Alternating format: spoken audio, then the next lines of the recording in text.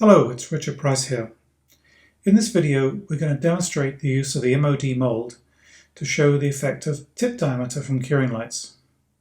Now here we can see the mold. It's 12 millimeters across and 7 millimeters deep. This is a close-up view of the mold.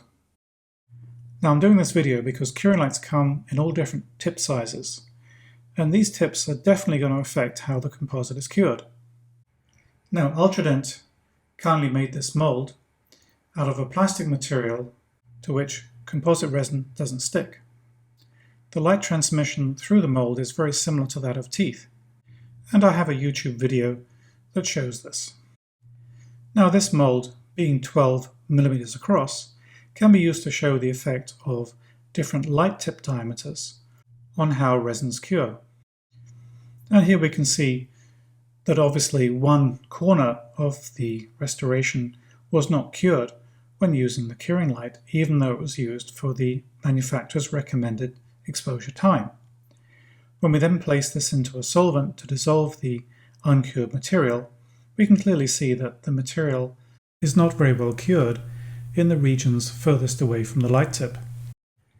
Now when we use a curing light that has a larger tip diameter, such as the Valo X that has a 12.5 millimeter tip diameter, we can see it pretty much covers the entire restoration with the light.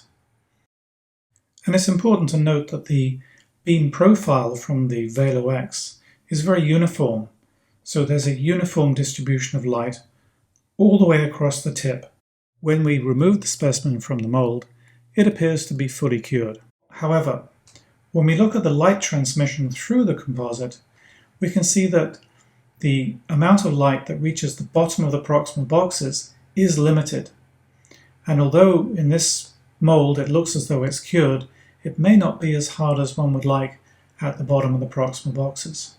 For this reason, I always recommend curing again from the buccal and from the lingual when there is a proximal box. I hope this video has illustrated the importance of having a large enough tip size on the curing light. And I hope you've seen the dangers of having a tip size that's too small when trying to cure a large MOD restoration. Sure, a small tip is good for a class 5, but if you want to cover an entire restoration with light, then you really do need to have a light that has a large tip, or else you have to do multiple exposures. Thank you very much for watching. If you have any questions, please don't hesitate to contact me.